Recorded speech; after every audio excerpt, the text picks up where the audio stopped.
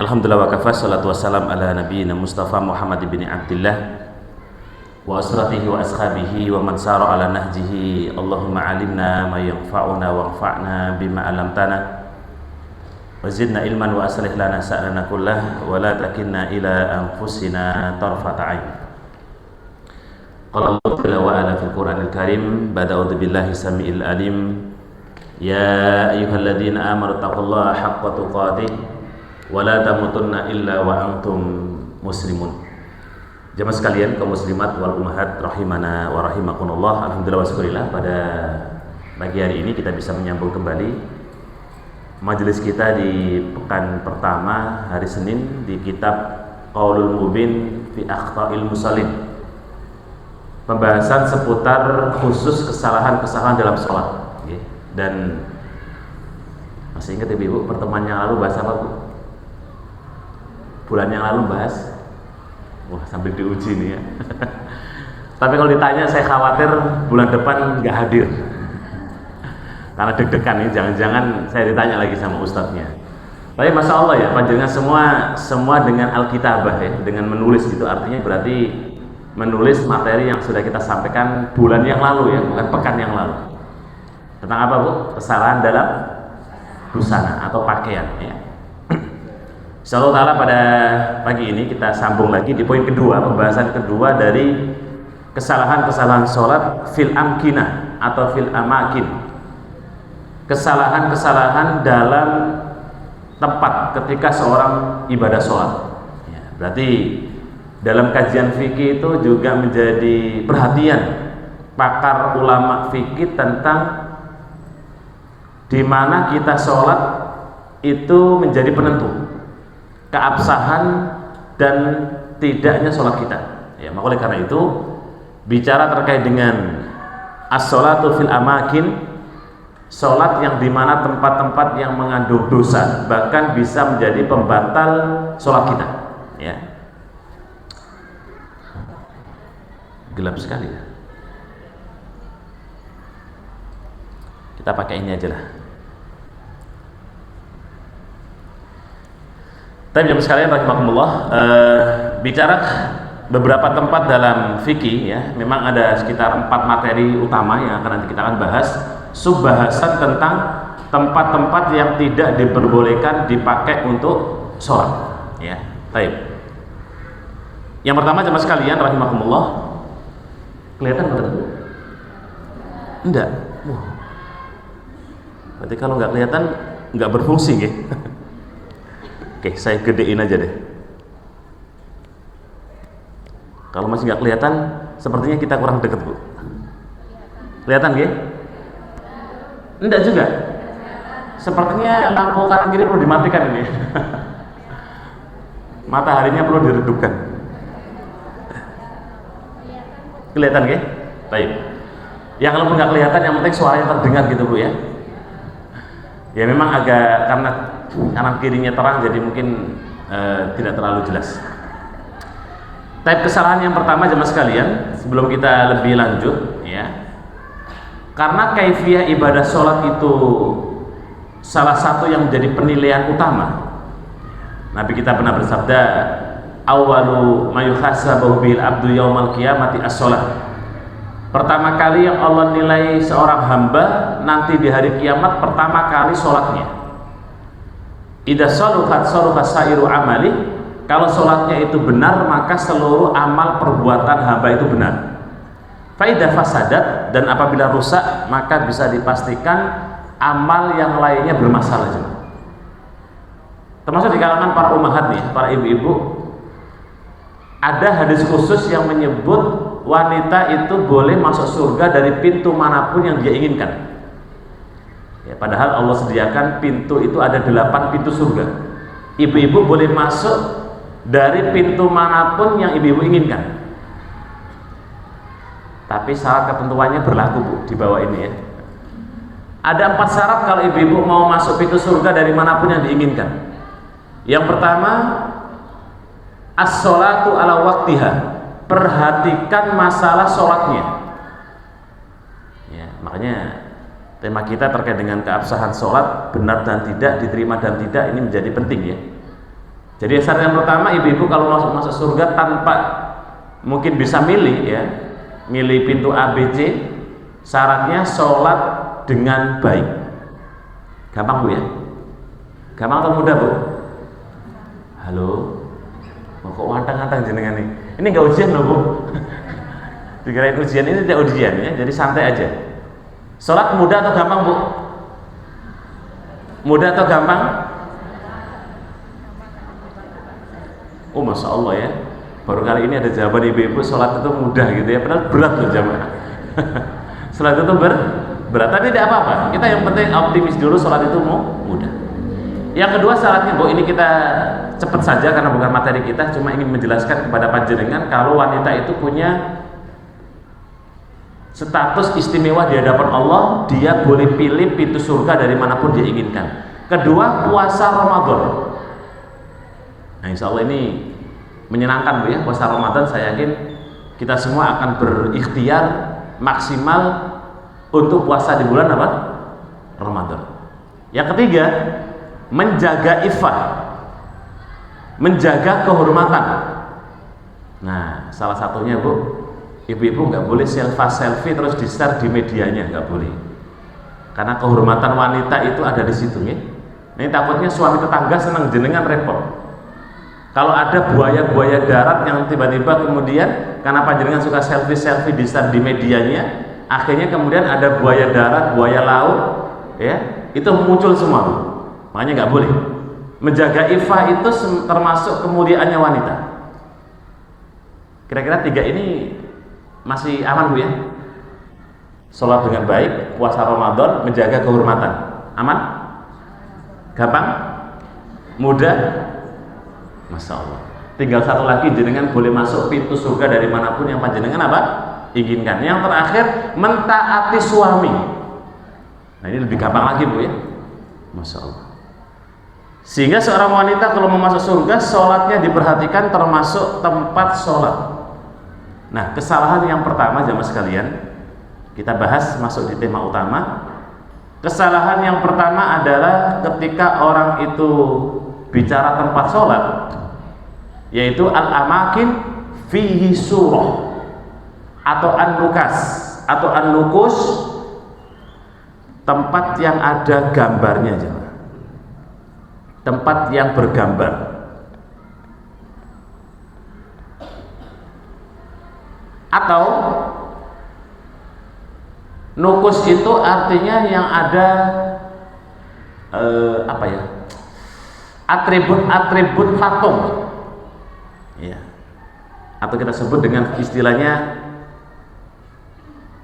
atribut kesyirikan lah.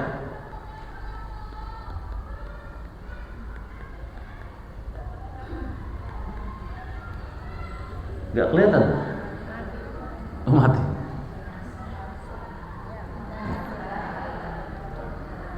Kok jadi pucat ya tulisannya ya? Tapi nggak apa-apa. Ala kulli hal, tolong disesuaikan ya Mas Rifki ya. Jadi tempat yang bergambar jamaah sekalian, ini salah satu juga tidak diperbolehkan, termasuk adanya atribut kesyirikan kayak patung ya. Jadi makanya ibu-ibu kalau sholat dimanapun berada, dicek bahwa tempat itu tidak ada patung ataupun tidak ada gambar yang bernyawa ya. Nanti kita akan bahas hadis-hadisnya, penjelasannya terkait dengan poin yang pertama. Makanya masjid itu jamaah sekalian, kenapa masjid itu tidak ada hiasan-hiasan yang melebihi atau melampaui batas? Termasuk kata para ulama, ornamen masjid kalau sampai mengganggu sholat, misalnya di sini ada apa? Gambar kota Madinah, kota Mekah, kemudian tulisan-tulisan yang lain, yang akhirnya ketika orang sholat terganggu, maka gambar tulisan yang membuat orang tidak konsentrasi menjadi dilarang. Itu namanya ilah jemaah. Adanya sebab kenapa tidak boleh masjid itu banyak instrumen gambar ataupun atribut-atribut ataupun bentuk-bentuk yang bisa melarikan sholat ya.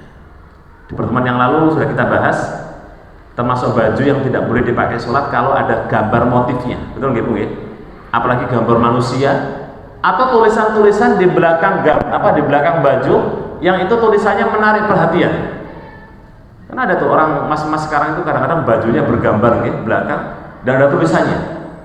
Padahal kita akan bahas juga nanti di pembahasan kita, orang sholat itu menghadap ke arah sujud atau menghadap ke kiblat. Kalau Allahu Akbar itu menghadapnya ke depan arahnya atau menghadap ke sujud.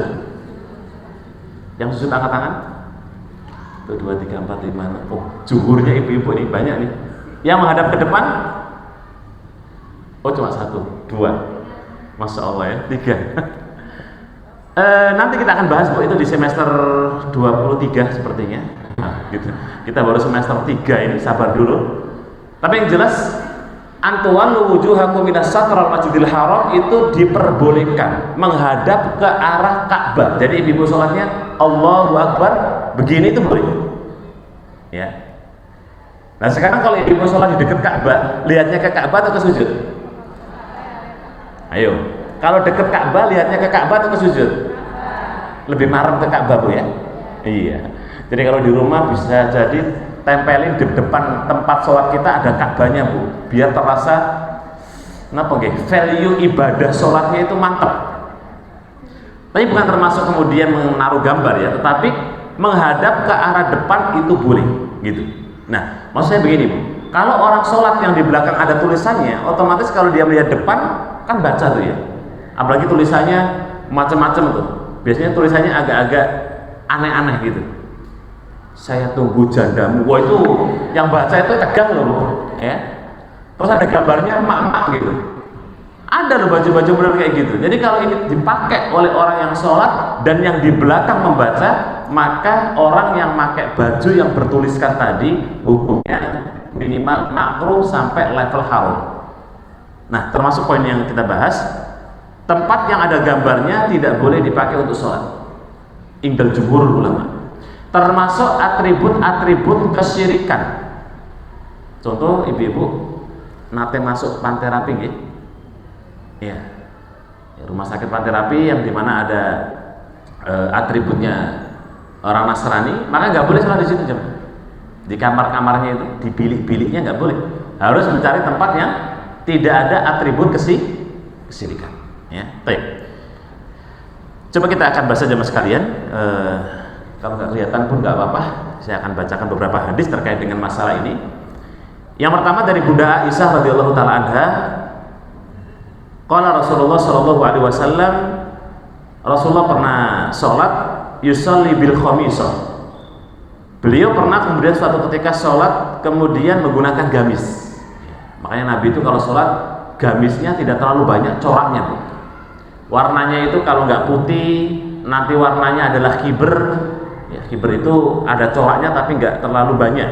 Warnanya kadang kuning ke kuning tua, kadang beliau pakai baju marun, ya. Jadi satu warna beliau pakai. Nah, suatu ketika data a'lan falamma qada sholatuhu, ketika ada orang yang sholat bersama Nabi Shallallahu Alaihi Wasallam menggunakan baju yang bertanda. Yang bertanda ini kata para ulama ada tandanya logo-logo tertentu gitu ya, mungkin bisa logo mungkin barangkali gambar kota, mungkin barangkali gambar hewan, mungkin pemandangan ataupun tulisan ya. Maka dimana ketika tempat itu ada gambarnya, maka Nabi katakan idhabu ila hadhil khamisah ila abijah Jaham bin Hudzaifah. Wahai fulan, silakan kamu pergi ke Abu Jaham bin Hudzaifah. Ini sahabat Nabi yang mulia. Minta baju untuk kamu pakai, dan di tempat ini tolong bilang ke Abu Jaham bin Hudzaifah suruh menghilangkan tempat-tempat yang ada bentuk gambarnya tadi. Ya, mungkin bisa jadi ada kayak gambar pulau atau mungkin gambar hutan atau mungkin gambar kota ya. Kemudian Nabi SAW fa'atuni bi'anjibani, saya dibawakan baju polos, baju yang tidak ada atribut, termasuk tempat yang kemudian ada gambarnya, semua dihapus oleh Nabi Shallallahu Alaihi Wasallam. Ya, kita masuk masjid kita ini rapi ya, Bapak Ibu ya. Masya Allah ya, tidak ada atribut macam-macam, nggak ada bendera politik juga. Ya. Jadi kalau orang itu kemudian dalam masjid gambarnya banyak itu, makanya kalau dipasang foto ketua takmir, sekretaris, bendahara itu nggak boleh. Ya. Nanti kita akan bahas juga masjid-masjid agung, masjid-masjid besar yang terkadang itu kemudian banyak instrumen, banyak atribut, banyak gambar yang itu bisa mengganggu kekhusyuan ibadah sholat. Perlu untuk dihilangkan. Ya. Maka semua yang mengganggu aktivitas sholat dalam tempat tersebut, maka itu namanya perkara yang dibenci dalam syariat. Makanya kenapa ibu-ibu, nah ini penting ya ibu ya, ibu-ibu itu harus punya tempat semedi, tempat khusus untuk ibadah di rumah. Yang kalau mau dibilang apa? Musola ya, monggo. Ibu-ibu bikin satu ruangan ya, mungkin ukuran 1-2 meter misalnya, atau mungkin 2x2 misalnya kalau agak longgar rumahnya, bikin bu. Karena ibadahnya wanita itu ditekankan di situ, ya. Dan tempat yang kita pakai nanti di rumah ini menjadi saksi di hadapan Allah Subhanahu Wa Taala akan diangkat tempat di mana kita pakai sujud. Ya, makanya wanita itu seperti Maryam ya, alaihi salatu wassalam. Maryam itu punya tempat khusus untuk ibadah di rumah jemaah. Karena solehahnya Maryam, beliau tempat duduknya di rumah, tempat ibadahnya di rumah, dan memang Allah perintahkan untuk selama hamil di rumah. Ini bukan berarti ibu-ibu kalau hamil di rumah aja, bukan. Cuma karena istimewanya Maryam, ketika itu kemudian Allah perintahkan untuk tetap di rumah sampai si kecilnya lahir. Dan menariknya adalah ketika Maryam berada di rumahnya, di ibadah di rumah, ya, sholat di rumah, dzikir di rumah, maka Allah berikan yang namanya buah-buahan atau kenikmatan dunia jemaah. Sebagian ahli tafsir hadis menyebut ibu-ibu itu kalau perhatian di rumah, Allah akan berikan yang namanya nikmat rezeki dengan bentuk yang tidak kita sangka-sangka. Ya, makanya jangan dimaknai, jangan diartikan rezeki itu berupa uang, betul nggih? Rezeki itu bisa suami kita sehat, anak kita sehat, panjenengan sehat, kemudian aktivitas lancar, nggak ada ujian yang berat, nggak ada gangguan, itu nikmat jemaah. Jadi nikmat itu karunia bukan hanya sebatas nominal uang. Ya. Termasuk wasiatnya Syekh Abdul Razak ya, hafizahullah taala, beliau pernah menyebutkan istri di rumah, kemudian di waktu pagi sholat duha, kemudian dia dzikir istighfar, itu melancarkan rezeki siapa? Suami bu. Jadi dengan sholat duha itu Allah berikan rezeki. Berarti apa? Nikmatnya seorang wanita di rumah, di tempat ibadahnya. Nanti kan masaknya jam 9 gitu bu ya, atau mungkin jam 10. Tapi kan ada waktu ibu-ibu untuk doakan suami. Di waktu pagi sampai duha, jam 9 misalnya, doakan suami, sholat duha, dzikir, doakan anak. Oh itu masya Allah. Rezeki seorang wanita yang melimpah itu di saat dia waktu pagi sholat duha, mendoakan suami, mendoakan keluarganya. Nah ini berarti kalau bisa di rumah ada tempat spek khusus ya untuk kita pakai sholat. Teman-teman sekalian rahimakumullah. Kemudian di kasus yang kedua dikatakan oleh Abdul Is bin Abdissalam, ini beliau adalah pensarah kitab Subulus Salam, ya, kitab hadis, kitab fikih yang disarah oleh beliau rahimahullah ta'ala. Beliau mengatakan takrahu sholat fis sajadah, ya. Tidak boleh orang itu sholat di tempat yang memang seandainya ada sajadah. Tahu sajadah bu ya? Iya kayak gini nih, karpet ya. Yang dimana karpet itu muzakhafa mula'amah. Yang karpet itu ada apa ya? Apa sih ya kalau karpet atau sajadah yang terukir dengan ukiran-ukiran itu? Bordir ya. Jangan pakai sajadah yang dibordir dengan tulisan atau gambar. Kadang-kadang ada gambar merak tuh, ada gambar mungkin sesuatu gambar yang melalaikan. Makanya tempat sajadah Nah, ini tempat ya. Tempat sajadah yang itu dipakai untuk sholat, upayakan yang polosan aja. Kalau mau dikasih motif-motif dikit, ya monggo lah. Mungkin ada gambar Ka'bah. Biasanya kalau sajadah yang dijual di Saudi itu ada gambar Ka'bah, ada gambar misalnya Masjidil Haram, ya nggak terlalu banyak lah. Itu monggo. Tapi kalau kemudian ada gambar yang bernyawa, ya, gambar yang tadi kita sebut salah satunya adanya banyak bordirnya itu, yang kalau ibu-ibu sujud atau melihat ke arah sujud, kemudian kita mikirkan, oh ini kenangan dulu saya beli di Lampung, oh ini dulu saya beli ketika jalan-jalan sama ibu-ibu ini. Jadi ada memori yang kemudian ketika sholat kita dipalingkan dari bentuk apa? Gambar sajadah tadi. Nah, hal yang seperti itu aja diperhatikan dalam syariat, tidak diperbolehkan, apalagi perkara yang besar. Ya, sehingga ketika kemudian tempat yang kita pakai sholat dipastikan tempatnya tidak ada gambar, tidak ada atribut-atribut gambar, termasuk tidak ada kemudian bordir-bordir yang itu bisa melalaikan ibadah sholat kita. Tahu kita ini masya Allah gitu. Tidak perlu ada yang namanya gambar-gambar aja sudah pikiran kita kemana-mana, betul gak? Itu nggak perlu yang ada namanya patung, nggak perlu ada namanya gambar hutan, nggak perlu ada gambar orang. Kadang-kadang kita baru takbir pertama sudah rekreasi kemana-mana. Kadang ke Singapura, Malaysia, Jakarta, Surabaya. Nanti mikir makanan, dalam sholat itu bisa 10 aktivitas sekaligus. Mikir ini, kerjaan ini macam-macam. Ya. Tiba-tiba sudah salam dan sudah selesai sholat. Padahal ada rakaat pertama, kedua, ketiga, entah kemana, wallahu a'lam. Tapi ketika sudah rakaat terakhir, baru fokus at-tahiyatulillah. Wah gitu. Wassalawatu watthayyibah. Assalamualaikum ayuhan nabiyyu. Baru assalamualaikum warahmatullah. Dan terasa itu selesai dalam beberapa detik beban sholatnya. Nah, tadi jamaah sekalian kaum muslimat rahimakumullah. Kemudian terkait dengan masih tempat yang ada gambaran, ada atribut kesyirikan, ya. Nabi SAW pernah satu ketika awal beliau datang kota Madinah aja. Ingat, kota Madinah dulu tidak seindah hari ini. Kota Madinah dulu namanya kota Yasrib. Kota Yasrib itu kota yang terpencil, yang tidak tidak ada dalam benak Nabi untuk dikunjungi jemaah. Pertama kali awal Nabi sholat, arah kiblatnya ke Baitul Maqdis. Kemana? Baitul Maqdis, Palestina.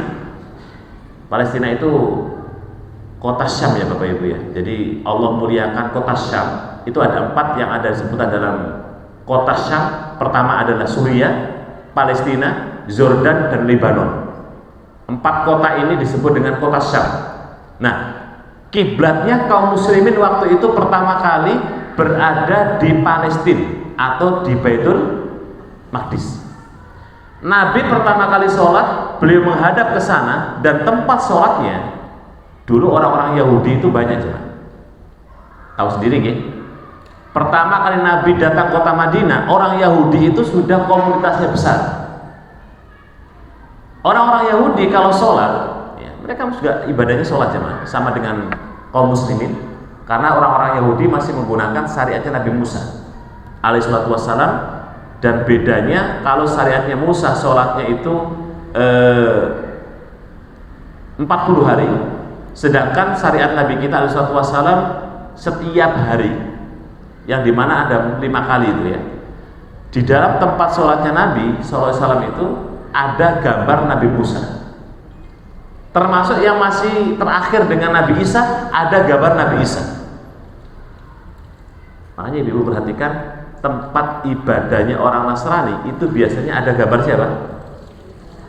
Yang katanya Yesus itu ya, itu Nabi Isa alaihissalatu wassalam. Makanya ketika Nabi alaihissalatu wassalam beliau menjumpai dulu Ka'bah, termasuk ada berhala-berhalanya yang dipakai untuk kiblatnya kaum muslimin, maka Ka'bah itu yang ada 120 sekian berhala Nabi hancurkan, Nabi buang semua aja. Ya, kenapa? Karena tidak boleh menghadap ke arah Ka'bah yang di dalamnya ada apa? Berhala. Nah, ketika Nabi alaihissalatu wassalam datang ke kota Madinah, sholatnya para sahabat, sebagian mereka yang belum terkena ilmu, belum tersentuh pengajian Nabi, itu ada yang sholatnya menggunakan baju, kalau sekarang mungkin kita nyebutnya kayak baju gambar, tapi memang itu terbuat dari Yaman. Jadi mungkin apa ya Bu ya, sulit saya menjelaskan karena tidak ada sampel di Indonesianya. Jadi baju Yaman itu baju yang bergaris tapi ada corak warna, tuju kepada dia ya. Dalam baju itu makanya ibu-ibu nggak boleh pakai baju yang menarik perhatian temennya. Misalnya bajunya ada perak, sini nanti ada emasnya, nanti terus ekornya 10 meter dipakai pengajian, terus ini ibu siapa ya, Masya Allah ya, itu nggak boleh jangan. Namanya itu adalah libasus sughra, pakaian yang menarik perhatian orang lain ya. Nah coba kalau ibu di sini pakai baju dari ujung rambut sampai ujung kaki, sampai kaos kakinya merah semua, itu pasti menarik, itu menarik perhatian temennya. Dalam sholat gak boleh orang menggunakan pakaian yang sampai menarik perhatian yang membuat orang tidak khusyuk. Nah, Nabi datang kota Madinah, ada sebagian di antara orang Yahudi menggunakan baju yang bajunya itu sama dengan orang Yaman yang coraknya itu berwarna-warni itulah. Maka Nabi tegur jemaah, ya, jangan sholat di tempat yang kalian menggunakan baju atau tempat yang melalaikan ibadah kepada Allah Subhanahu wa Ta'ala. Ya, taib. Jadi kita kembali ke poin pertama ini. Jadi tempat yang bergambar atau atribut kesyirikan hukumnya tidak diperbolehkan, karena ini bisa merusak nilai ibadah kita kepada Allah Subhanahu wa Ta'ala. Nah, yang kedua jemaah sekalian, larangan tempat yang tidak diperbolehkan ketika sholat adalah sholat di kuburan atau menghadap kuburan. Ya, sholat yang di dalamnya ada kuburan.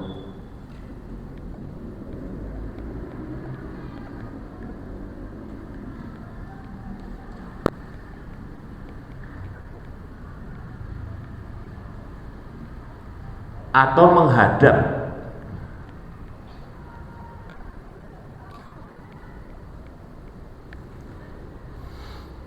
Jadi sholat di dalamnya ada kuburan atau menghadap kuburan. Coba dicermati kalimatnya nih Bung.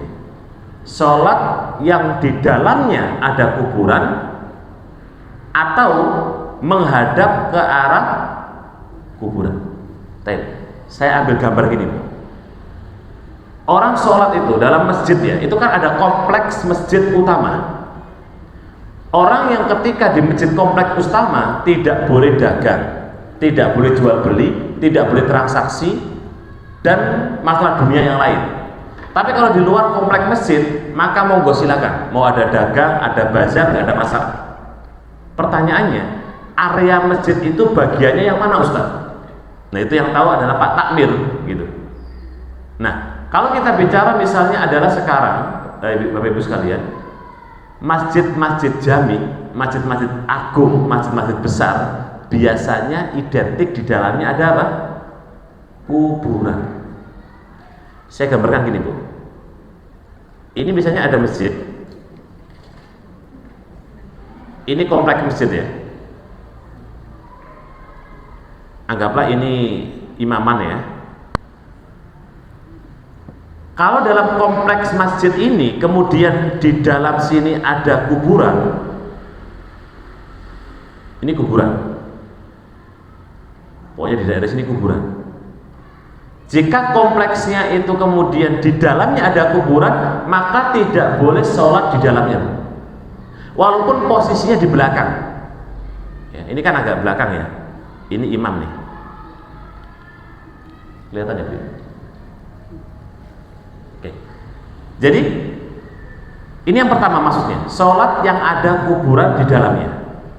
Yang kedua, sekarang ini posisinya biasanya di kampung-kampung ini sering muncul, di mana ini imam, tempat imam, ini imam, imam. Nah di depan masjid itu ada kuburan. Kalau ini tidak ada pembatas ya, yang di sini. Jadi tembok masjid dengan tembok kuburan langsung. Maka ini namanya menghadap kuburan. Bisa dipahami gitu? Baik. Tapi kalau seandainya kemudian di sini ada batasnya, ini ada dua yang diperbolehkan kalau seandainya kuburan di depan masjid. Pertama, jika ini jalan yang dipakai jalan umum. Saya contohkan ini aja Bu, nggak usah jauh-jauh. Depan kita ini kan ada jalan ya. Depannya lagi apa? Lapangan. Nah, anggaplah lapangan itu kuburan. Status sholat di masjid ini bagaimana Ustaz? Boleh. Kenapa? Karena ada akses jalan. Tapi kalau seandainya kemudian tidak ada akses jalan dan kuburannya lebih mendekat, maka tidak boleh orang sholat di sini. Ya, itu namanya menghadap.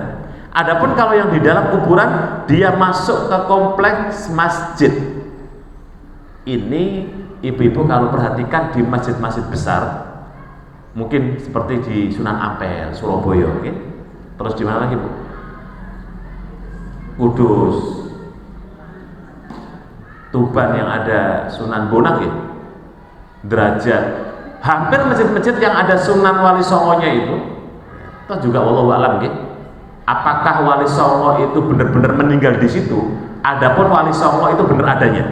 Saya pernah tanya kepada pakar sejarah, Profesor Simon, rahimahullah taala, beliau mempelajari semua bab sejarah Wali Songo. Beliau mengatakan ada dan perjuangannya Wali Songo itu benar. Islam sampai kepada kita sebab dakwah mereka itu benar. Tapi ketika ditanya apakah benar misalnya Sunan Ampel meninggal di tempat yang sekarang dikubur, beliau wallahu a'lam. Ala kulli hal Bapak Ibu sekalian, anggaplah Wali Songo meninggal di mana saat ini kita tahu ya. Dan dikubur di dalam kuburan, maka tidak boleh orang sholat di dalamnya yang ada kuburan. Nanti kita akan bacakan hadisnya. Saya akan bacakan teori ini biar ibu paham dulu, nanti baru kita bacakan hadisnya terkait larangan sholat yang di dalamnya ada kuburan atau menghadap ke arah kuburan. Baik, sebagian kita mungkin berpikir gini Bu, loh Ustaz, bukannya di Madinah itu ada kuburan Nabi dan masuk komplek Masjid Nabawi, betul ya Bu ya? Baik, dari sini bisa dipahami dulu Bu. Sudah? Halo, yang belakang, sampun Bu, kok jenengan kayaknya bukan kedip-kedip. Kalau sudah paham, saya akan lanjut tentang Masjid Nabawi dan kuburan Nabi sebelum saya masuk ke hadis-hadisnya. Baik, ibu-ibu sekalian, Masjid Nabawi ukurannya tidak terlalu besar, Bapak Ibu. Kalau mau ditotal lebar panjangnya sampai mungkin 80 sampai 100 meter saja. Jadi ukuran Masjid Nabawi itu tidak terlalu besar, kecil. Ya anggaplah sekian. Ini mimbar Nabi, ya, mimbar Nabi. Ya. Bisa dipahami dari sini Bu? Oke. Jadi ukuran Masjid Nabawi di zaman itu tidak terlalu besar, kecil sekali zaman. Terhitung kalau dimeterkan itu 100 meteran. Rumah Aisyah berada di sini. Kelihatan Bu? 9 istri Nabi, 8 istri Nabi itu rumah-rumahnya ada di sekitar mihrab Bapak Ibu. 8 istri Nabi itu berada di antara mimbar dekat rumah Nabi SAW, dekat mimbar Nabi 1, 2, 3, 4, 5, 6, 7, 8. Satu istri Nabi yang bernama Sofia itu ditaruh Maryam Kiptiyah itu ditaruh di Kuba, agak jauhan, kurang lebih sekitar 40 sampai 50 menit jalan dari Masjid Nabawi ke Masjid Kuba. Ya, jadi ditaruhlah, anggaplah di sini ada rumah istri Nabi satu, ini di Masjid Kuba. Nah, 8 istri Nabi itu tinggalnya di komplek Masjid Nabawi. Istri pertama, kedua, ketiga, keempat, kelima sampai 8. Makanya ketika Nabi SAW mau kemudian ke rumah istrinya itu nggak terlalu jauh. Nah, ketika Nabi SAW sakit Bapak Ibu, maka Nabi SAW berada di rumah Bunda Aisyah. Sampai kapan Nabi? Sampai wafat. Berarti Nabi wafat di rumah siapa? Bunda Aisyah. Dan syariatnya seorang Nabi, Nabi kalau meninggal maka dikubur di mana mereka meninggal. Itu khusus untuk para Nabi. Sehingga Nabi SAW dikubur di dalam rumah Bunda Aisyah. Perhatikan, kuburan Nabi masuk komplek masjid atau enggak Ibu? Tidak. 1446 tahun yang lalu kuburan Nabi dengan masjid itu enggak masuk, masih di area luar, betul? Dan tidak menghadap, maksudnya tidak di sini. Betapa Allah itu membuat skenario yang sangat indah, jemaah. Kenapa Nabi itu meninggal di rumah Bunda Aisyah yang ada di sini? Kenapa nggak di rumah yang lain, di depan mimbar misalnya? Karena nggak mengkhawatirkan. Nah, makanya Bapak Ibu sekalian, antara mimbar Nabi dengan kuburan Nabi ini namanya apa? Raudhah. Apa itu Raudhah? Raudhah itu taman-taman surga, tempat yang mustajabnya doa. Kalau Bapak Ibu umroh, semoga Allah mudahkan semua, nanti akan masuk ke Raudhah. Raudhah itu antara mimbar Nabi dan kuburan Nabi. Ini namanya doa yang paling mustajab ketika orang berdoa di situ. Ya. Nah, akhirnya hari demi hari jemaah sekalian, di tempat inilah Nabi dikubur, termasuk sahabatnya Abu Bakar As-Siddiq dikubur di dalam juga. Akhirnya Umar minta izin kepada Bunda Aisyah agar dikubur di sini. Jadi 3 periode waktu Nabi, Abu Bakar, Umar itu masih berada di luar kompleks Masjid Nabawi. Bisa dipahami, Bu? Baik. Barulah terjadi pelebaran Masjid Nabawi di zaman Utsman bin Affan, itu arahnya ke sini. Ya. Jadi masih pelebarannya tidak masuk dan tidak kuburan Nabi di dalam Masjid Nabawi. Makanya Ibu perhatikan yang pernah ke Madinah, lebarnya Masjid Nabawi itu serongnya ke arah mana? Arah mana, Bu? Utara itu ya. Jadi serongnya ke arah utara, yang itu kemudian melebarnya ke arah sana, bukan ke bagian kuburan Nabi. Nah, ketika di zaman Ali bin Abi Thalib terjadilah pelebaran Masjid Nabawi besar-besaran karena jumlah kaum muslimin sudah tidak muat di Masjid Nabawi. Makanya dilebarkanlah sampai kemudian kompleksnya masuk kuburan Nabi. Ini kalau dilebarkan itu sampai mentok, sampai lebar. Sehingga akhirnya kuburan Nabi masuk dalam komplek masjid. Kesimpulannya, jemaah sekalian rahimakumullah, ini panjang cerita. Walaupun kuburan Nabi itu berada di masjid, tetapi orang sholat tidak menghadap ke sini.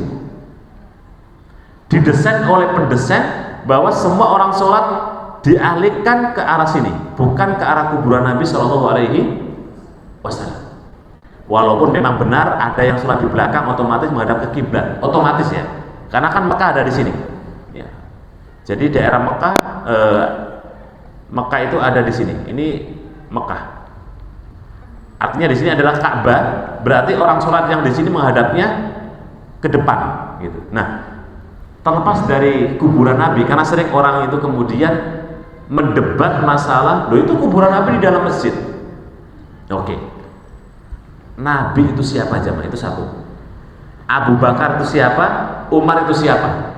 Ini orang-orang termulia di dunia jemaah. Nabi termasuk Sayyidul Anbiya, pemimpin para seluruh nabi. Sedangkan Abu Bakar As-Siddiq orang yang paling mulia setelah para nabi. Sedangkan Umar juga demikian. Sehingga kalau kita berdalil tentang ini tidak tepat, gitu. Ya, makanya ketidaktepatannya adalah kita akan baca beberapa penjelasan terkait dengan hukum sholat menghadap ke kubur atau di dalamnya ada kuburan. Baik. Hadis yang pertama jemaah sekalian rahimakumullah dari Jundub bin Abdillah radhiyallahu taala anhu. Nanti setelah ini Bapak Ibu rahimakumullah, kan biasanya ada nggih yang namanya ziarah makam wali ya, atau ziarah religi. Bapak Ibu pastikan ketika sholat di tempat yang mungkin di situ ada kuburannya, jangan sholat di dalamnya. Gitu ya. Sholatnya di mana Ustaz? Cari tempat lain. Karena sangat besar ancaman dari Nabi Shallallahu Alaihi Wasallam. Nabi kita pernah bersabda dari Jundub bin Abdillah An-Nakhai, ya, sami'tu Rasulullah Shallallahu Alaihi Wasallam qabla ayyamut bi khamsin. 5 hari sebelum Nabi wafat, ibu. Ya, karena Nabi itu beliau sakit 10 hari berat, sepekan lebih berat, 5 hari lagi sebelum wafatnya makin berat. Nabi itu merasakan sakit yang betapa beratnya. Sampai-sampai beliau mengatakan kepada putrinya Fatimah, wahai anakku, setelah ini saya tidak akan pernah merasakan sakit yang seberat ini. Artinya apa? Beliau akan wafat. Berarti Nabi itu, Masya Allah, gitu, seorang Nabi pun juga merasakan sakit yang sangat berat, jemaah. Ya. Nah, 5 hari sebelum wafatnya beliau Sallallahu Alaihi Wasallam, beliau mengatakan, yaqul inni abra'u ilallahi minkum. Saya berlepas diri kepada kalian dari perbuatan-perbuatan yang tidak benar.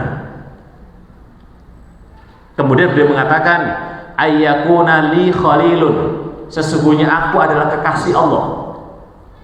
Fa inna Allah ittakhadha khalilan, karena Allah menjadikan aku sebagai kekasihnya.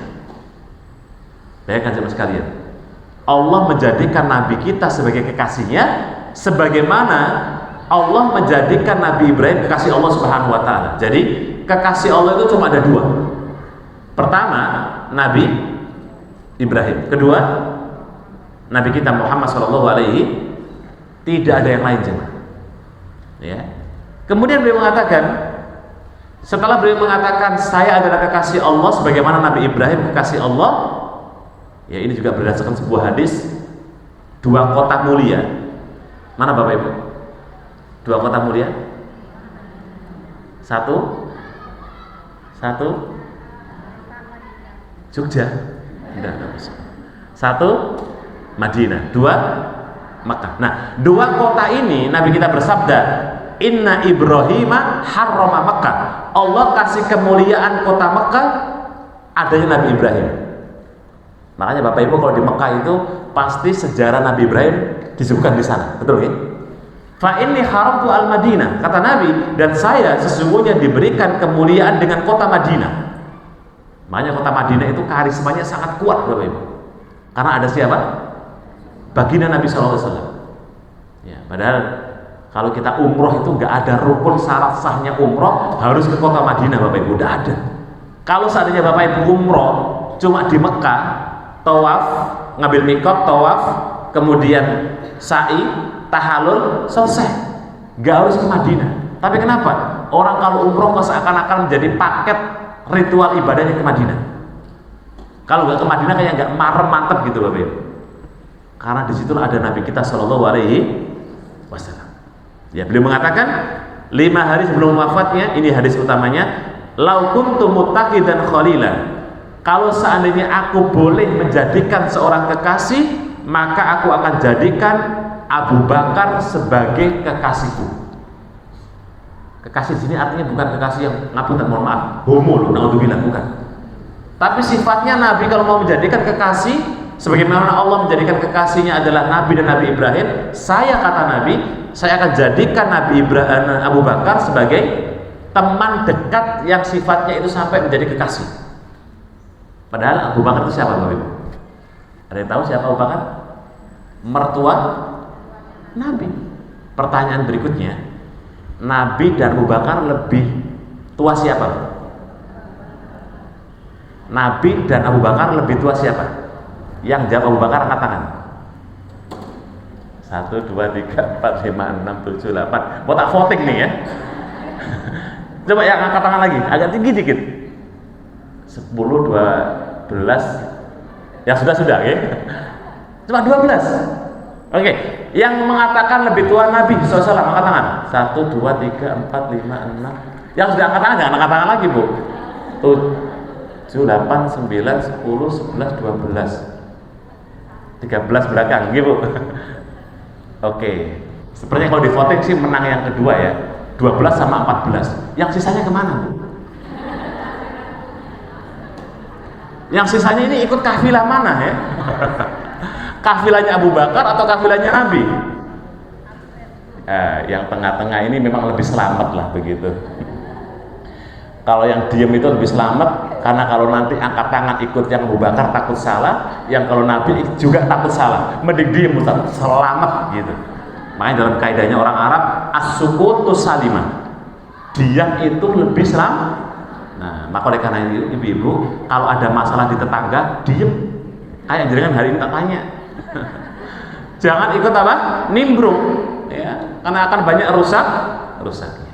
Baik, jemaah sekalian, Nabi dan Abu Bakar itu lebih tua Nabi Shallallahu Alaihi Wasallam. Selisih 4 tahun toh. Berarti menantunya Abu Bakar itu lebih tua daripada Abu Bakar. Ibu-ibu nanti misalnya punya menantu yang lebih tua dari ibu, kayaknya kok aib banget gitu. Bu, mantunya di mana kerjanya? Oh, pensiun Mas. Loh, berarti lebih tua. Iya, berapa selisihnya? 10 tahun. Boleh atau tidak, Bu? Boleh. Gak ada masalah jenengan punya menantu yang lebih tua daripada ibu, usianya selisih 10 tahun misalnya. Gak ada masalah. Ya. Karena masalah bab, kalau kita lihat 4 sahabat Nabi yang mulia, Abu Bakar, Umar, Utsman, Ali, ini masih keluarga semua kalau kita hitung, betul ya? Abu Bakar menikahkan anaknya kepada Nabi alaihissalatu wassalam. Nabi anaknya dinikahkan kepada Utsman dan Ali. Anaknya Umar dinikahi oleh Nabi. Berarti 4 sahabat Nabi ini masih hitungannya apa? Ya antar besan ya Bu ya? Iya enggak? Iya. Dan kita kembali ke wasiat Nabi. Jadi sebelum Nabi wafat 5 hari tadi mengatakan, kalau saya boleh menjadikan kekasih, saya jadikan Abu Bakar sebagai kekasihku. Tapi kan ibu-ibu ya, jangan dibayangkan, oh berarti Nabi tua banget ya Ustaz. Nabi itu fisiknya, walaupun usianya anggaplah wafatnya 63 tahun, tapi Nabi itu wajahnya bisa menyesuaikan dengan orang yang seusia ada di kanan kirinya, Bu. Dan jangan dibayangkan Nabi itu usianya sudah sepuh, sudah tua, terus kemudian perutnya itu one pack gitu, Bu. Enggak. Nabi itu perutnya six pack, ya, kotak-kotak dan atlet perang tempur. Jangan dibayangkan Nabi tua kemudian nggak laku. Oh, yang ngantri ribuan tuh jemaah. Karismanya Nabi sampai wafat beliau memiliki karisma yang sangat kuat sekali. Nah, kemudian di akhir hadis perkataan beliau sebelum wafat 5 hari tadi, Allah fa inna man kana qablakum kanu yattakhiduna qubur anbiya'ihim masajida. Ini poinnya jemaah. Jadi ketahuilah, orang-orang sebelum kalian menjadikan kuburan para nabi sebagai tempat untuk sujud, yang disebut dalam istilah masjid. Jadi orang-orang Yahudi dulu jemaah, orang-orang Nasrani dulu menjadikan kuburan-kuburan para nabi itu sebagai tempat untuk sujud, yang namanya masjid. Sehingga fenomena di negeri kita nih, yang namanya kuburannya para wali kalau ditaruh di dalam masjid, atau kuburan dulu baru dibangun masjid, ya, kan bisa jadi Bu ya, ada kuburannya wali A, tiba-tiba tokoh masyarakatnya bangun masjid di dalamnya, mungkin apa tidak? Mungkin. Atau ada masjid yang kemudian ditaruhlah kuburannya para wali, mungkin juga. Nah itu ternyata tradisinya orang-orang Yahudi dulu juga. Dan ini wasiat Nabi ketika beliau sebelum wafat. Beliau mengatakan, "Fala tattakhidu qubur masajid fa inni nahakum an dzalik." Jangan kalian jadikan kuburan para nabi sebagai masjid, dan aku, kata Nabi, melarang kalian untuk tidak berbuat demikian. Ini hadis yang terdapat dalam Sahih Muslim, Imam Nasai dalam Kitabul Kubra dan yang lainnya, dan nilai para ulama hadisnya sahih. Jadi Nabi memberikan wasiat apa? Jangan jadikan kuburan sebagai masjid. Ya. Makanya lihat Bapak Ibu sekalian, yang namanya kuburan baqi, kuburan terbaik di dunia sampai akhirat itu baqi. Sampai-sampai Nabi kita pernah mengatakan apa? Jika kalian hendak meninggal, berharaplah meninggal di kota Madinah dan dikubur di baqi. Kenapa?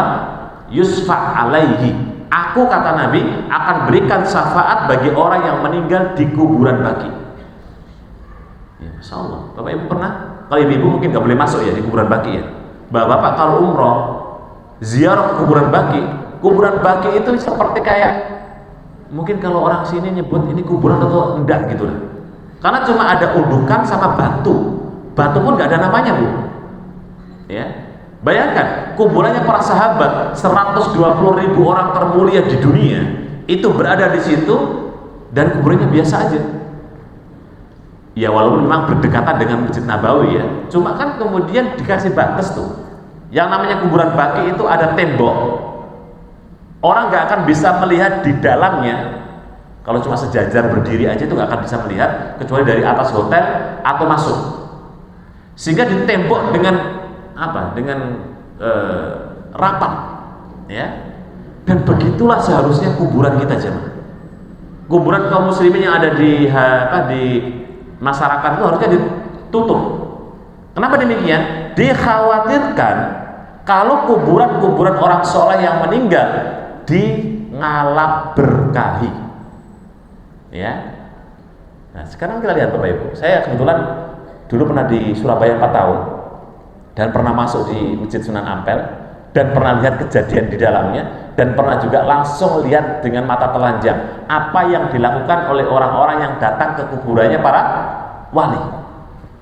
Nih, ibu-ibu nanti pernah ikut ziarah religi tour ke kuburan wali?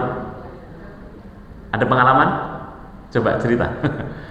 Jadi ternyata sebagian, ya, saya katakan sebagian karena nggak semua memang, sebagian orang yang datang ke kuburannya para wali ini minta-minta, Bu, ngalah berkah istilahnya. Itu kan kesyirikan. Dosa kesyirikan yang dilakukan oleh umat ini adalah menjadikan kuburan para wali atau kuburannya orang soleh menjadi sebab untuk diminta-minta. Itu nggak boleh, cuman. Ya, tapi masih ada loh. Bahkan saya lihat sendiri habis dari kuburan dapat air, ya, satu plastik. Dikasih plastik. Kenapa dikasih plastik ya? Kok nggak di aqua aja gitu ya? Dan nanti air ini katanya bisa menyembuhkan ini. Ya, itu kesyirikan jemaah. Ya, itu terjadi jemaah. Bukan cuma cerita. Coba Bapak Ibu perhatikan aja. Ya, datang aja ke kuburan para wali untuk iseng survei begitu. Itu yang terjadi. Nah, ini kenapa Nabi melarang dengan keras kuburannya para al-anbiya, para nabi, termasuk orang-orang soleh itu dijadikan sebagai masjid karena dikhawatirkan diminta-minta. Ya, termasuk kuburannya Gus Dur itu sampai hari ini kata si pencerita, Gus Dur itu belum ditanya sampai hari ini, Bapak Ibu. Alasannya apa? Orangnya nggak pernah sepi. Jadi malaikatnya mau nanya, yang baru tinggal 2 langkah datang lagi orang, baru 3 langkah, 4 langkah, belum 7 langkah datang lagi orang. Itu gojeknya begitu, bercandaannya begitu. Pertanyaannya, kalau seandainya misalnya kuburannya Gus Dur itu memang tidak pernah sepi, apakah malaikatnya belum nanya aja? Malaikatnya habis pensiun duduk, ini kapan orangnya selesai ziarah gitu. Kalau udah selesai baru saya tanya. Ya enggak, ya sekelas Gus Dur ya ditanya, mau Gus Dur mau si banyak Gus Dur tetap ditanya.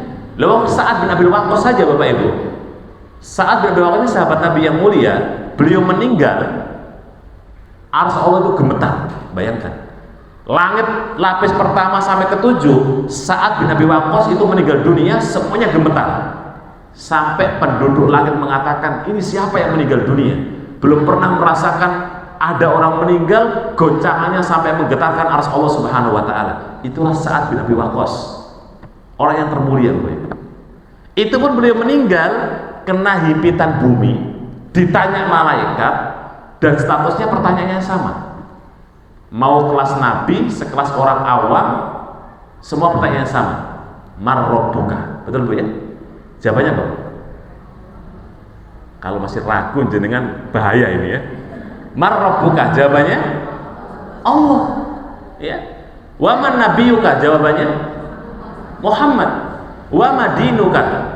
Jawabannya Islam. Mungkin nggak malaikatnya iseng pertanyaannya dibalik gitu Bu? Biar jenengan nanti kalau ditanya malaikat kan udah dihafal tuh. Pasti pertama, Tuhanmu siapa? Allah. Nabimu siapa? Muhammad. Agamamu Islam. Diingat-ingat. Malaikatnya iseng terus dibalik. Pertanyaan pertama jadi pertanyaan ketiga, ketiga jadi pertama. Gimana? Mungkin apa tidak? La yumkin, tidak mungkin. Urutan dalam hadis Nabi mengatakan, fas'alu ahlal kubur marrabbuka wa man nabiyyuka wa madinuka. Itu urutan yang jelas tidak akan terbolak-balik. Siapa Tuhanmu? Ya, siapa nabimu? Apa agamamu? Gimana Bu? Sudah hafal? Ini penting loh.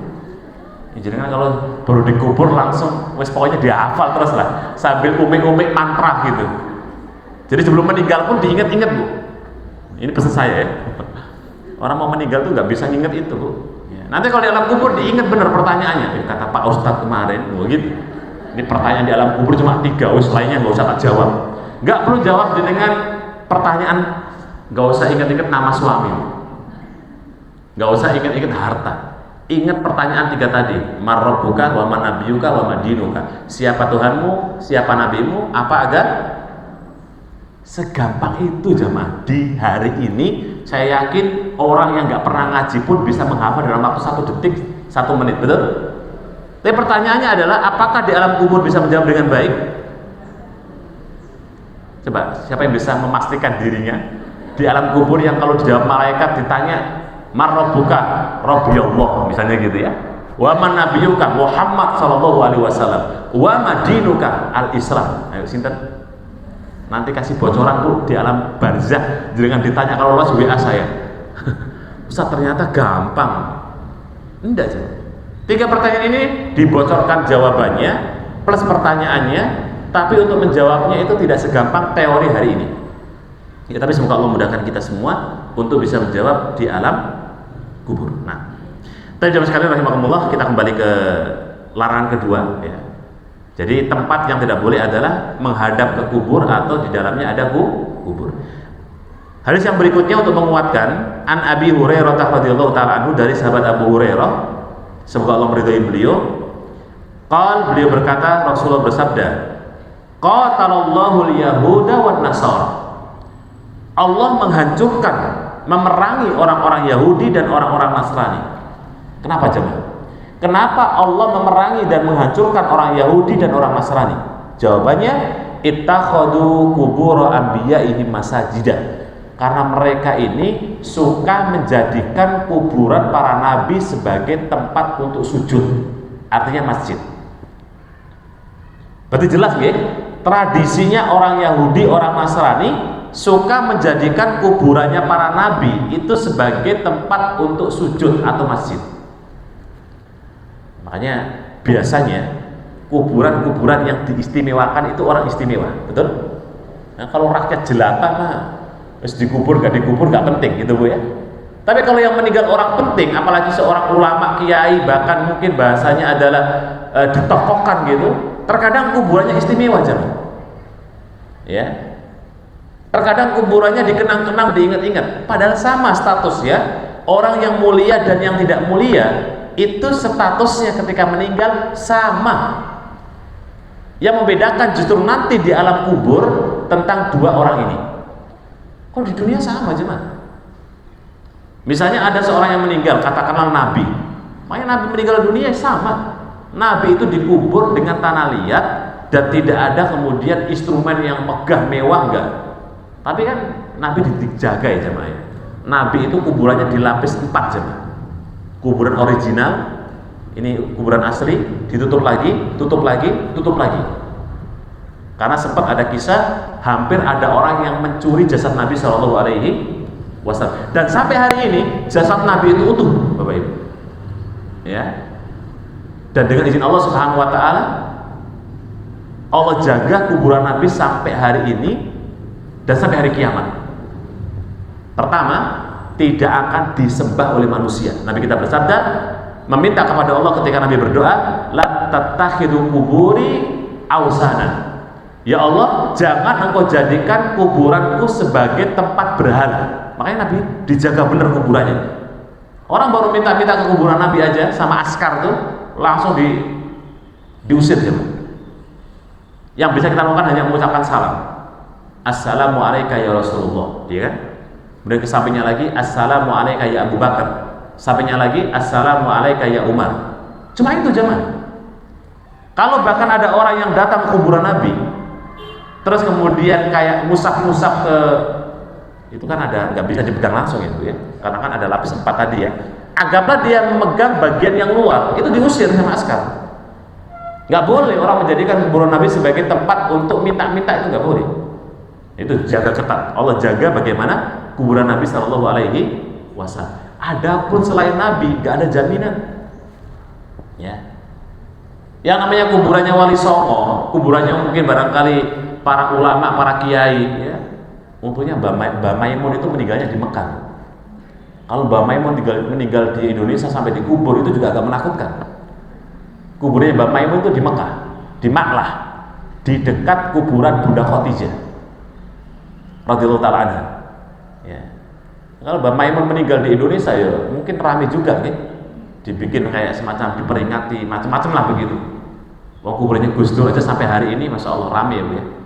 Coba diupdate informasi kuburannya Gus Dur, tanya Google, nanti Mbak Google akan jawab dengan baik ya. Jadi banyak yang masih datang Bu ya. Itu anggaplah manusia selain para nabi biasa, tapi ternyata dibikin kuburan-kuburan mereka yang diingat-ingat ya. Maka tidak salah kalau Nabi katakan orang-orang Yahudi menjadikan kuburan para nabi sebagai tempat untuk sujud. Tapi hadis yang berikutnya jemaah ini sudah lewat. Takutnya kebablas sampai jam 12 nih. Baik. Saya bacakan hadis berikutnya dari hadis dari Bunda Aisyah. Nabi kita pernah bersabda, "Fi mardi alladimat." Ketika Nabi sakit yang keras. Dan hadis yang membicarakan tentang larangan untuk menjadikan kuburan sebagai masjid itu kok qadarullah, nggih. Pas Nabi kondisinya sakit keras. Seakan-akan Nabi itu mewarning, mengingatkan benar-benar hati-hatilah kalian ya, yang dimana Nabi kita bersabda, la'anallahu al-yahuda wan nasara ittakhadhu qubur anbiya'ihim masajidan. Allah melaknat orang-orang Yahudi yang menjadikan kuburannya para nabi sebagai tempat untuk sujud atau masjid. Berarti orang yang menjadikan kuburannya para wali-wali tadi ataupun orang-orang soleh sebagai tempat untuk ibadah atau dimasukkan ke dalam masjid, maka mendapatkan laknat dari siapa? Dari Allah juga. Ya, ini perlu waspada, hati-hati ya. Bahkan Nabi kita pernah bersabda di hadis yang lain, inna min asrasin nas man tudrikus sa'ah.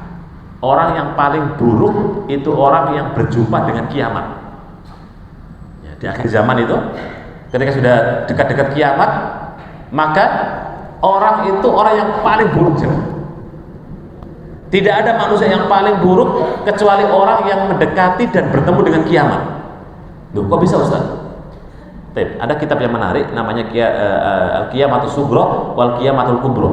Kajian membahas terkait dengan masalah bab kiamat. Jadi, kenapa manusia yang paling akhir ketemu kiamat itu yang paling buruk?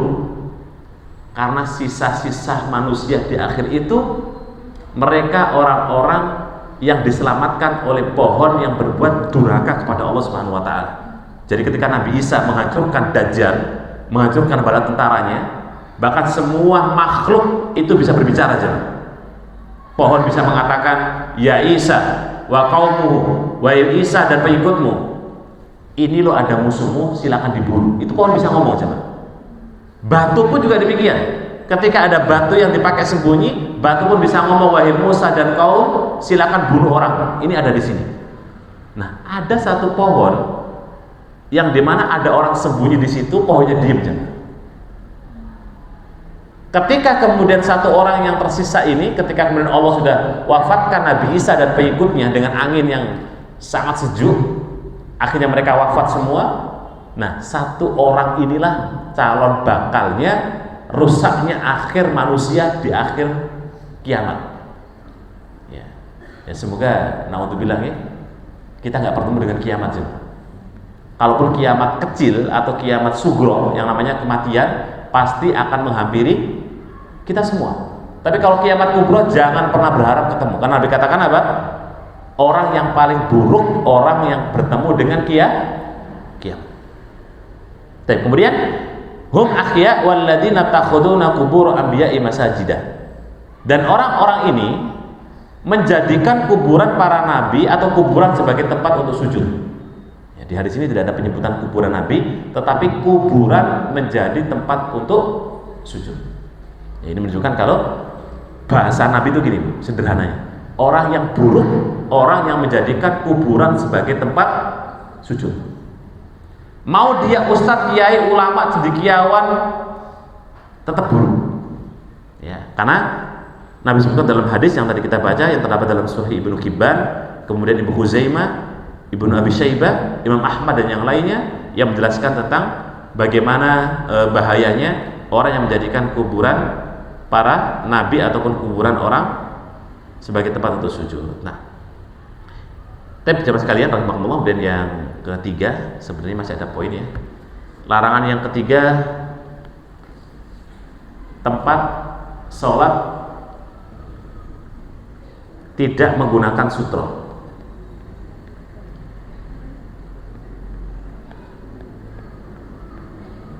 Tidak menggunakan sutro. Sutro itu pembatas sholat gitu ya, pembatas sholat. Nah, berarti ini penting nih, ilmu baru ya. Tidak menggunakan sutro. Sutro itu pembatas sholat. Nah, pertanyaannya Ustadz, apakah soft karpet itu sudah jadi pembatas sholat Ustadz? Imam Nawawi mengatakan dia menjadi pembatas sholat. Cuma kalau kita merujuk dalam hadis Nabi Shallallahu Alaihi Wasallam, sutro itu setinggi kalau orang naik onta. Ibu-ibu mungkin jarang melihat gitu.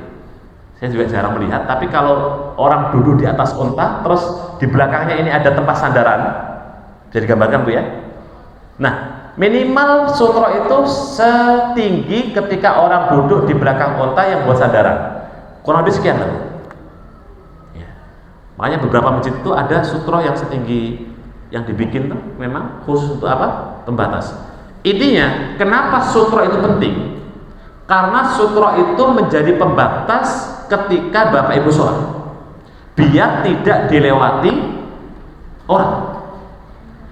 Ya, karena dalam hadis yang lain Nabi sebutkan sholat kita itu batal kalau dilewati tiga. Pertama, wanita yang sudah haid. Kedua, anjing yang berwarna hitam. Ya, muncul pertanyaan, gimana Ustaz kalau anjingnya warna pink? Boleh atau tidak? Kata para ulama, selama tidak hitam boleh. Ya, jadi dilewati anjing yang berwarna hitam, karena anjing warna hitam itu kata Nabi adalah syaitan. Nah, ini Bapak Ibu yang punya anjing warna hitam, kalau bisa dijual atau dikasihkan orang. Ya. Kecuali anjing warna hitam itu sebagai penjaga atau pelacak, jadi ada fungsinya dan tidak boleh ditaruh dalam rumah. Itu nanti kita akan bahas di bahasan khusus masalah hukum najisnya anjing ketika dalam rumah. Yang pertama tadi apa? Yang menjadikan sholat itu rusak lewatnya wanita yang dewasa atau wanita yang sudah haid. Yang kedua, dilewati anjing. Yang ketiga, dilewati khimar, keledai. Makanya Masjid Nabawi dulu itu nggak ada atapnya, tapi dia ada temboknya. Nah, temboknya itu setinggi orang berdiri.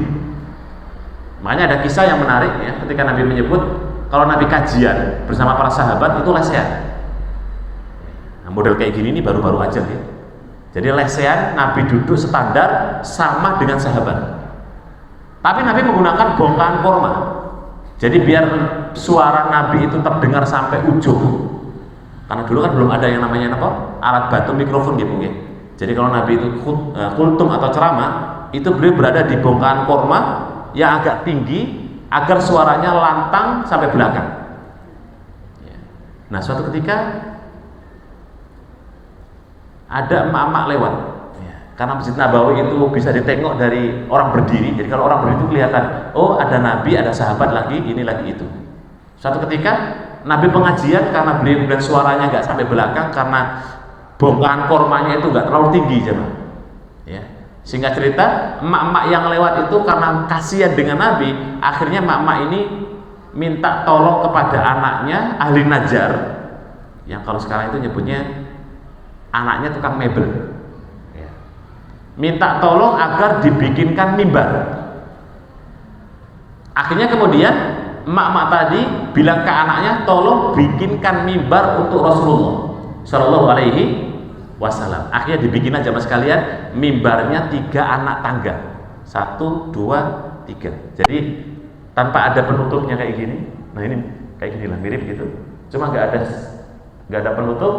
Terus ini ada 1, 2, 3. Ada anak tangganya, mirip kayak gini. Ya. Kemudian Nabi naik di atas mimbar jemaah. Ketika Nabi naik di atas mimbar, tiba-tiba di dalam beliau naik atas mimbar, tiba-tiba terdengar ada suara tangisan. Jadi ada yang nangis gitu. Nabi tengok, nggak ada orang nangis di depan Nabi. Sahabat-sahabat Nabi nggak ada yang nangis, tapi ada suara tangisan yang sangat keras terdengar dalam telinga Nabi Shallallahu Alaihi Wasallam. Ternyata yang nangis tersebut adalah bongkahan kurma yang tidak dipakai duduk Nabi. Dia sedih, ya, bukan kemudian Nabi menduakan, bukan, tapi karena ada yang lebih bagus daripada bongkahan kurma. Tapi bongkahan kurma itu menangis. Betapa senangnya bongkahan kurma itu walaupun cuma diduduki Nabi Sallallahu Alaihi Wasallam. Ya. Karena Nabi itu orang mulia, maka yang diduduki pun jadi mulia. Ketika yang kemudian tidak diduduki, maka sampai bisa nangis jemaah.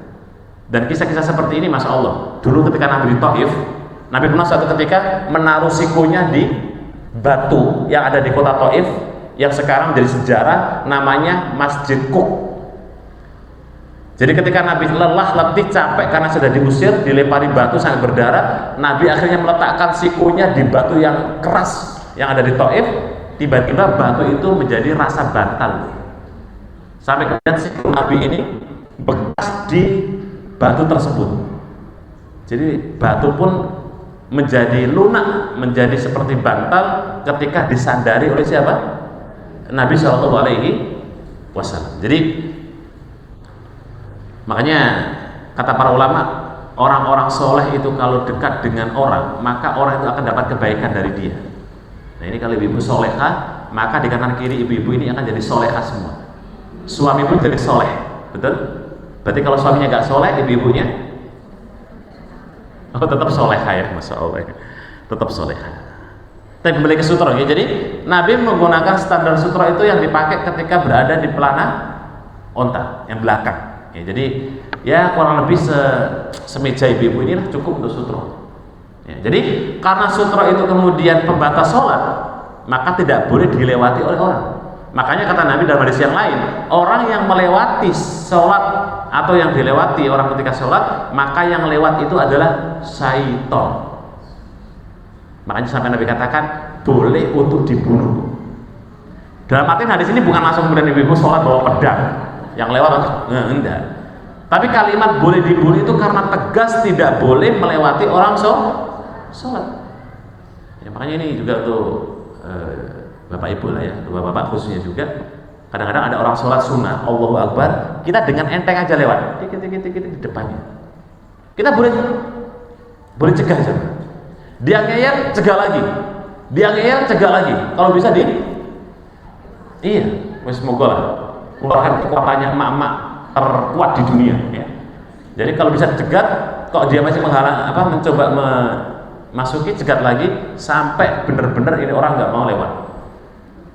Kalau mau dipukul sekalian. Ya. Kalau dia mukul balik, pukul lagi. Kalau masih pukul lagi, pukul lagi. Ya. Karena itu syaitan yang sedang melawan. Baik, kita kembali ke pembatas sholat yang disebut dengan sutra. Ya. Jadi ini penting. Bahkan sebagian di antara kajian para ulama, tolak ukur ibu-ibu ini pelajar dan santriwati itu memperhatikan dalam bab masalah sutra. Misalnya ini ada 10 ibu-ibu ya, satu pakai sutra, satu tidak, berikutnya pakai, berikutnya tidak. Orang akan tahu yang pakai sutra itu orang yang sudah belajar. Perbedaannya di situ jemaah. Dan hal yastawi alladzi ya'lamuna walladzi la ya'lamuna. Apakah sama orang yang sudah belajar dengan orang yang belum belajar? Pasti berbeda. Prakteknya berbeda, Jemaah. Sehingga ketika ibu-ibu sudah sampai ilmu bahwa sutroh itu penting, maka upayakan setiap sholat di tempat umum menggunakan sutroh atau pembatas ketika sholat. Walaupun kalau dilewati wanita haid kecil kemungkinan, betul ya? Dilewati anjing hitam apalagi? Dilewati khimar, di negeri kita khimar itu nggak keliaran atau keledai, ya. Sehingga kalau seandainya kemudian tidak muncul 3 potensi ini, walaupun tetap hukum mencari sutroh itu penting sebagai bentuk bagaimana syariat mengajarkan kepada kita. Nah, jamaah sekalian kaum muslimin wal muslimat rahimakumullah, mungkin yang terakhir termasuk di antara kesalahan tempat adalah arah kiblat yang salah. Itu juga salah tempat, jemaah. Jadi ketika arah kiblat itu salah, maka berarti kita salah tempat. Jadi yang keempat terakhir adalah salah arah kiblat. Ya, kalau tidak tahu hukumnya beda lagi ya Bu ya. Kalau tidak tahu arah kiblat kemudian kita sholat ternyata salah, itu tidak masuk di pembahasan kita. Ya, makanya kalau sebelum sholat yang sering terjadi itu kalau kita berada di luar, misalnya di tempat-tempat yang kita emang nggak tahu, lihat aja di arah, biasanya ada arah kiblatnya ya. Kalau nggak ada, lihat HP, ya, HP yang ada arah kiblatnya juga bisa. Ya. Dan jemaah sekalian kaum muslimat rahimakumullah, ya ini poin-poin yang kita sampaikan pada kesempatan pagi hari ini, ya. Sebenarnya ada satu lagi Bu, ini mungkin tambahan saja, mungkin tidak terlalu sering kita jumpai, bahkan mungkin agak asing. Sholat di tempat yang ada Karbala. Tahu Karbala nggak Bu? Karbala itu batu yang dipakai oleh orang Syiah ketika sholat, di batuknya itu. Nah, saya bilang ini jarang kita jumpai, tapi minimal informasi pengetahuan saja. Jadi tempat yang dimana ditaruh batu Karbala. Saya nggak usah nulis, nggak apa-apa ini. Saya pernah jumpai di Madinah, Bu.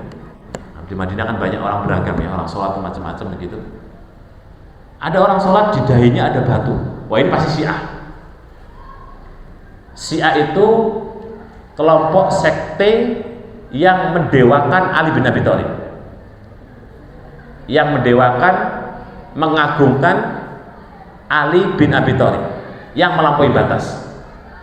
Dan mereka ini punya keyakinan menyembah atau ibadah harus menggunakan sebab batu Karbala. Apa itu batu Karbala? Batu Karbala itu adalah tempat yang dimana dulu pernah Husain dan Hasan atau Hasan Husain itu dibunuh oleh orang-orang selain mereka. Jadi Hasan Husain dibunuh di Karbala, maka batu yang ada di sekitarnya itu jadi mulia.